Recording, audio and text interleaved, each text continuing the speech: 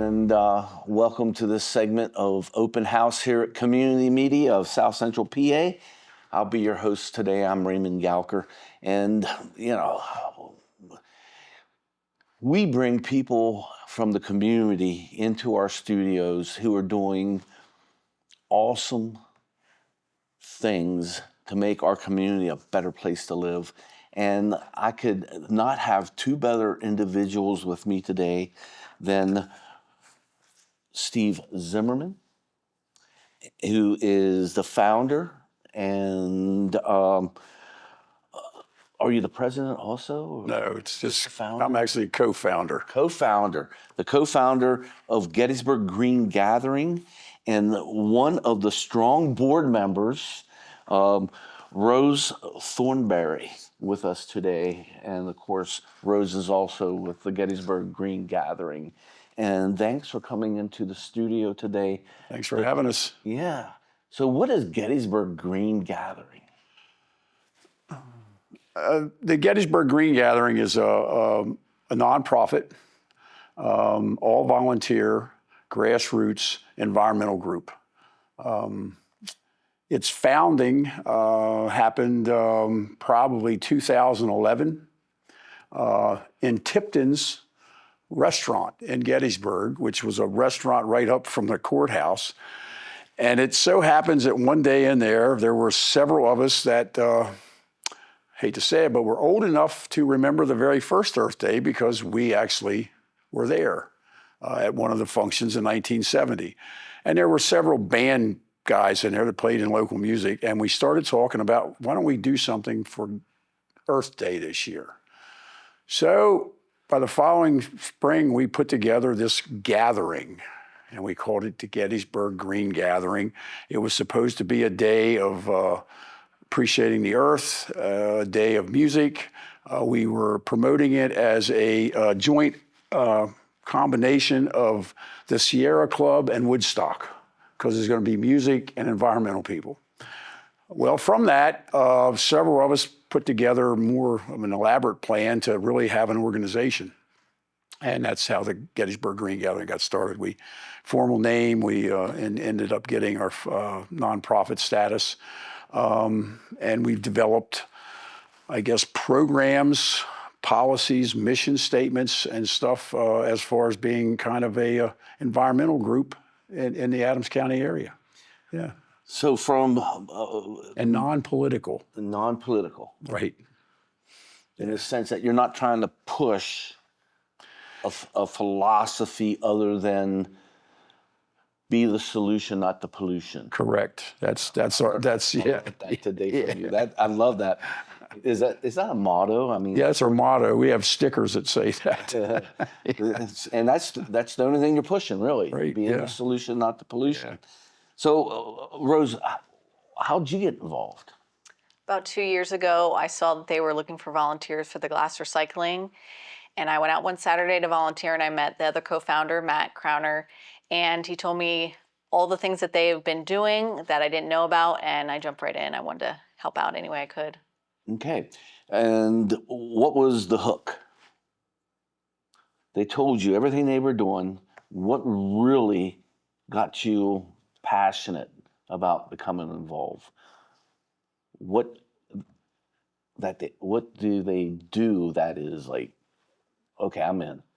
So they actually get out in the community and do stuff. They don't just have board meetings.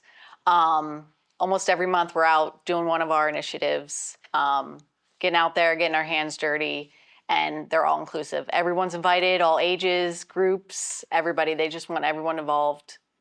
So this is definitely a passion of the heart for your volunteers, board members, and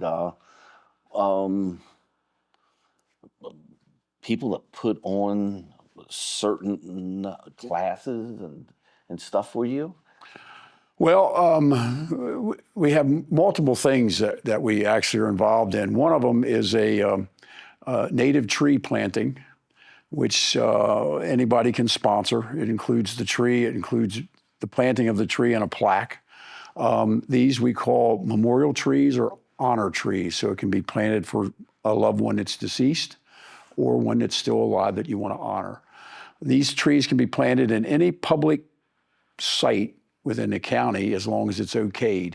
The rec park, we plant many, many trees. We probably have maybe close to 60 trees already planted there.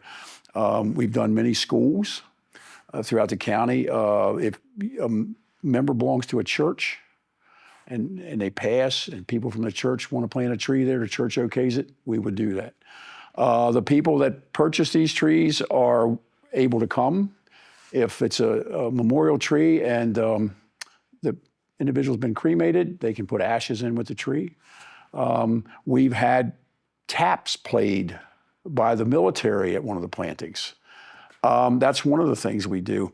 We were involved in helping set up Adams County glass recycling with a joint effort of some other individuals in the county. We did that and it got it started, and it's been taken over now by the Adams County Mission, which it was not our intention to run it forever, but just to get it started.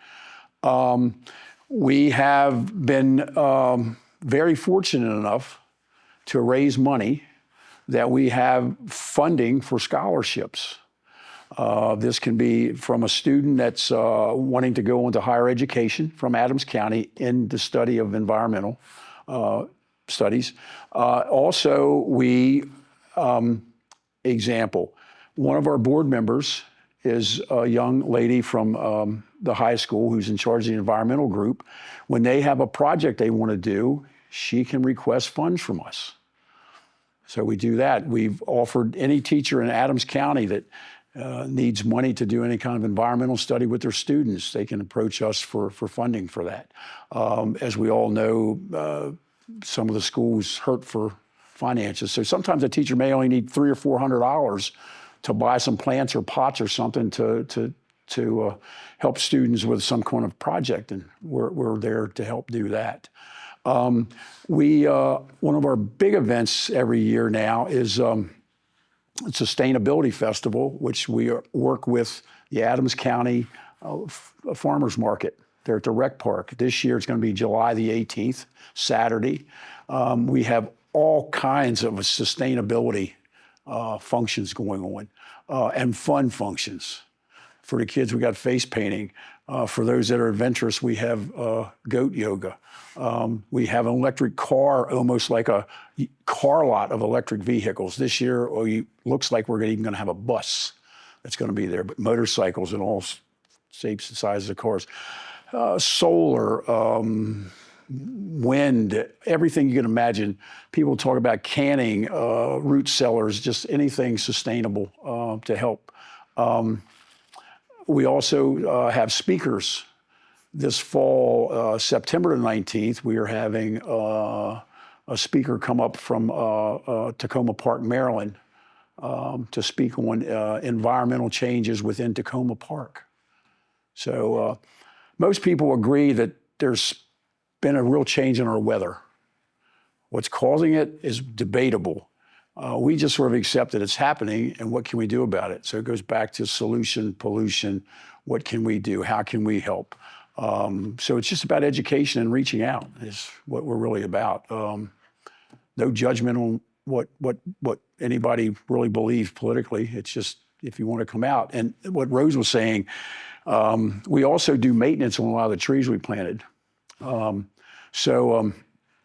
have maintenance days where we come out and we meet wherever we're going to do. We edge, mulch, trim, fertilize the trees with organic fertilizer.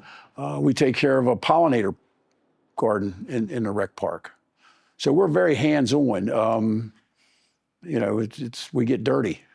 It's not just talking at a board meeting about what we think we might want to do maybe. Mm-hmm. It's really, we get out and do it. You do it. You do it. Yeah. You do it. Yeah. You get your hands dirty. Right. And that's part of the passion. You like jumping into that earth and trying to make it so it's nurturable for a plant to absolutely grow. Absolutely. Not only trees though. I mean, right. Yeah. Do you deal with other plantings? Well, we have this one pollinator garden, and we have a student from Gettysburg College that's very much involved with the board now, and he is actually germinating and raising several thousand native wildflowers that he plans to give away, do different things with them, and use them in some of the pollinator gardens. So yeah, we're into that very much so. Yeah. Do you have a building anywhere? No. No, not yet. But you work a lot with the rec park. Yes, the rec park has been great with allowing us to come in, do things, to plant trees, and I think they like the fact that we also help take care of the trees. But yeah, they've been great, and hopefully, as they've lost a lot of trees over the years, we're putting in the next generation. And most all of them have been trees that have been they're either memorial or honor trees. Some businesses can buy trees, so yeah. But every tree that is a memorial tree, an honor tree, has a plaque with it. Yes, and they're all native trees. They're not, they're native trees. So we have a big list of natives that we use. So yeah. And there's a lot of native trees right now that are endangered. Well, Blights and there's that. There's some things going on with some of the seasonal climate issues where we're having warmer, drier summers, shorter, less intense winters. There are trees that are suffering from some of this. And when a tree starts to suffer from its environmental issues, it's really easy for opportunistic things to take over because the trees are weakened. But even up north, some of the people that are really into growing the sugar maples, they're suffering decline. There's a decline locally of some oak trees. So there's a lot of things going on that our thing is to try to keep planting and keep stuff as healthy as we can. And do you look at an alternative for those type of trees that might fit the environment? Well, I think the best thing we can do is plant good stock that we know is going to take hold, and get good stock from good reputable growers that are growing a good native plant. Yeah. So most of the people we deal with are local. Both of them are down around Tawnytown, Maryland, both nurseries. And they're not public nurseries, or trade nurseries. So this is a group of individuals who have a passion for our environment. And were you this way, Rose, when you were growing up? No. No? No, I just found this group, and they always have exciting ideas every month to, even when the weather's, cold and stuff through the winter, they always have great ideas to things we can do. Do you meet monthly? Yes. So if someone's interested in connecting, developing, or sharing their passion, how can they become part of the Gettysburg Green Gathering? We have a Facebook page. We have a website. We have an email. And our meetings are the first Tuesday of every month. And this time of year, until it gets too cold, we meet at 5:30 at the rec park. Okay. Okay, on picnic tables down by the pollinator garden. Okay. Yeah. So we meet outside, and probably we have a meeting tomorrow night. And from that meeting, one of the things on the agenda is when we're going to start our, usually we do it for about a month. We might do it every other week, but we'll meet on Tuesday nights also in a rec park, and we'll start doing some maintaining of the trees, maintenance of the trees. We find that doing it later in the day, we're still taking up a Saturday, and the days are longer, so we can work a couple hours in the evening, and it's cooler. Yeah. How many people do you get to participate? Sometimes it's 3 or 4. Sometimes it's been 10 and 12. Sometimes it's more. Yeah, we've had some big groups. We've had some small groups. It depends. It depends. And we just kind of roll with whoever's there. We do what we can. And now you have a big event every year. Usually several. Yeah. And what are they? Well, it's the sustainability event's pretty big. Okay. How many vendors do we usually get with that? About 30. Yeah. And you have that what time of the year? It's July the 18th. Okay, it's a Saturday. Yeah. Yeah, it's coming up. And that's held in conjunction with the rec park, with the farmers market. Okay. And then we're going to have a speaker come up. His name is Bill Tidewell. TID. That'll be at the rec park also, and that'll be September the 19th. Okay. And he's speaking on the changes of the environment in Tacoma Park, Maryland. And this guy is an environmentalist who runs his own organization down there. But yeah, he's just, from the time he's moved in till now, what's happened with the temperature, some of the changes, and the dying of some of these huge trees in that area. I've read his book. It's a very, very interesting book. And I think it can bring things home because it's only a few miles away. And as an environmentalist, also as a guy that works in the industry, the green industry, I'm a landscaper, I see changes occurring amongst things that is,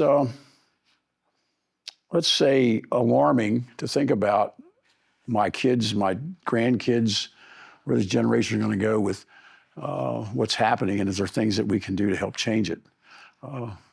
So, yeah.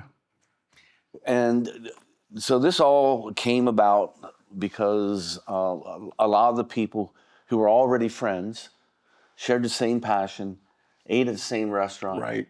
and said, hey, would you like dessert, or would you like to make the environment better? Well, yeah. It was some of us talking about the April 22nd, 1970s Earth Day. That happened in major cities, the entire United States.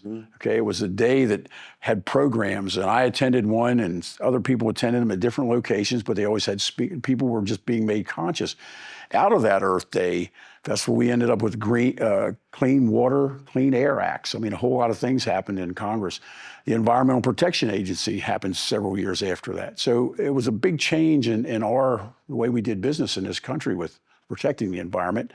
And that's what we were talking about. And somebody said, why don't we have some music? We'll have a festival. We go, oh, okay, let's do that. And so from that, thing went on into something, yeah. Now, do you still have that? No. The pandemic kind of put the festival at ease, and it took several years. I mean, we still met and did things, but we didn't have gatherings like that. So from that, we've just sort of altered the course a little bit.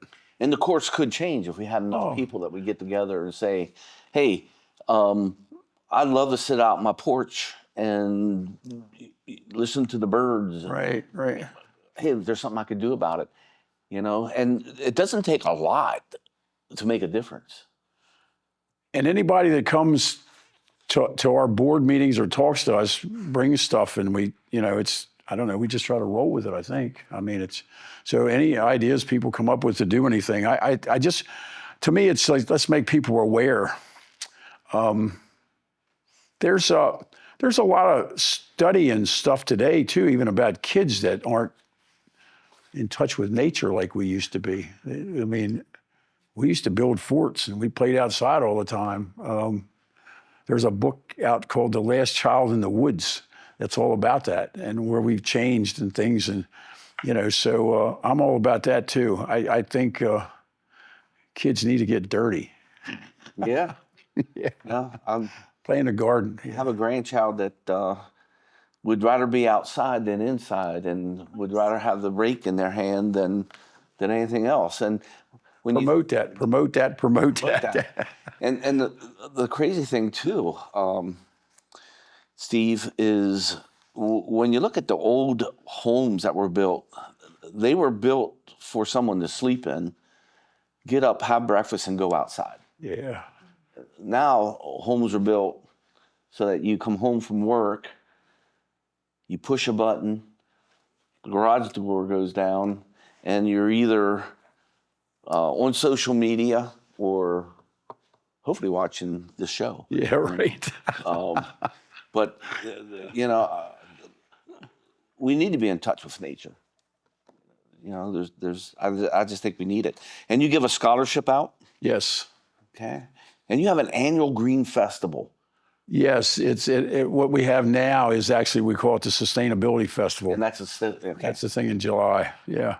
And the scholarship is that's given to a high school student from the area to help them as for going to 4-year degree in environmental science. The other thing that we also do is we work with Strawberry Hill fairly closely. Okay. And we've been given Strawberry Hill money as a scholarship too, and that money's tagged into an account that kids in the county whose parents may not be able to afford to send them to camps at Strawberry Hill, they can use this money to get that child into the camp so they can go up there and play with the tadpoles and salamanders and do that sort of thing. So, yeah. You never know what you'll find underneath one of those That's rocks. right. And Strawberry Hills, that's an Adams County hidden treasure. There's so many people who don't even know that exists. Yeah. And that's located Up on Mount Hope Road and right near Fairfield. And does your group do a lot with them? Yeah, we participate in a lot with them. We planted trees up there. We have my mother-in-law, who's deceased, has a memorial tree at Strawberry Hill. Yeah. And again, if anybody wanted to do a memorial tree, if anybody wanted to get a hold of your organization, if anybody wanted to give money so that you could do more, Yeah. they can go to your You can go to the website. They can go to, I guess the Facebook page, and just contact us. This is a great opportunity for individuals who have a passion of the heart to get together with other people with the same passion. And that passion is Adams County. It's being outside. It's the environment. There are so many areas in our county that's beautiful. It's beautiful. A great community is a connected community. So if your passion is the betterment of Adams County and the environment, please get involved with Gettysburg Green Gathering. The glass recycling was a great success, and now the Adams County, it's ARM, Adams Rescue Mission, is taking that on, so people can still participate in that at any time, right? They just go to ARM and give your recyclable glass. Yeah, they should call ARM first because I'm not sure if they're open. We were the first Saturday of every month to drop it off, and then we also had the rights to drop off from different organizations that were large on the first and third Thursday. One of the things I'd like to say about the glass thing that was real important for us was that Cynthia Salisbury approached us about helping her set this up. A community member who's got a passion for environmental things. And the thing that we stuck with was that this glass is actually being sent to a recycling center that obviously as it gets broken up, there's very tiny pieces. Tiny pieces will be used as filler, but the vast majority of this glass is made back into ketchup and pickle and beer bottles. It's being actually recycled back into glass, functional glass vessels that it used to be. And that was really important to us that happened, that it just didn't get broken up and used as filler in a road. Mm-hmm. So, and we can, what was the tonnage when we were done? 21. What? I don't know, 21? It was more than that. It was well over 100. Okay. Yeah, it was. We sent 4 loads, maybe 5 loads out as we did this, and it was 21 to 23 tons each load. Mm-hmm. So we collected a lot of glass. Mm-hmm. And one thing I can say, which is not a secret from us that helped, right? Mm-hmm. We realized from collecting that glass that in Adams County, there is a heck of a lot more beer and wine consumed than there are pickles. Oh. And I'm one of the people who loves the pickles, the wine, the beer, the olives. If it's fermented, sauerkraut. But the fact of the matter is, it's still going on. Yes, it is. Still going on. And far as we know, ARM has still got the same connections with the place that we were shipping it out in Pittsburgh. Okay. Yep. So great. So thanks for coming in and sharing your passion. Thanks for taking your passion and making the community better through it. Rose, is there anything you'd like to say as we part? Thank you for listening. There you go. Steve, Yeah. you gonna try to get her to say more? Well, yeah. Okay. I feel like I was just talking too much. What is the most fun when you guys gather? Just hearing about all the fun that they've had since they've started. It's always been just hanging out and spending time with each other and getting to know each other and learning all we can from Steve. So you're building a community. You're building a fraternity. Yeah. That's awesome. Is there anything you'd like to say, Steve? Well, I tell you what's really the thing that I like doing. I got the opportunity this year to talk to a Cub Scout group about what we do. I also had the opportunity, was it 2 years ago? We planted for the Girl Scouts. We planted for a Girl Scout unit. They sponsored a tree in the park. And it was just to see these young people that enjoy the outside, that got dirty, that played and did this and did that, and had such interest, very attentive to what they were doing. Yeah, that sort of thing gives me hope. Yeah. Yeah. Well, thanks for watching this segment of Open House where we had Gettysburg Green Gathering. We had Steve Zimmerman, the co-founder. Yes. Okay. And Rose Thornberry, one of their passionate board members. Right. You know? And this is a group that you can get together and they just don't meet. They get things done. So until we bring some other individuals that are doing great things from the community into this show to share with you, stay healthy and remember, you are the best.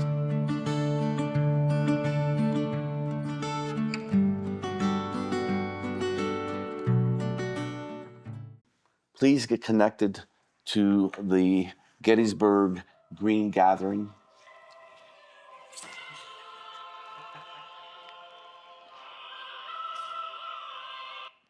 I thought I had it turned off. And They can edit that out, right? that's from God. Yay, we're going to be on the blooper reel. Yeah.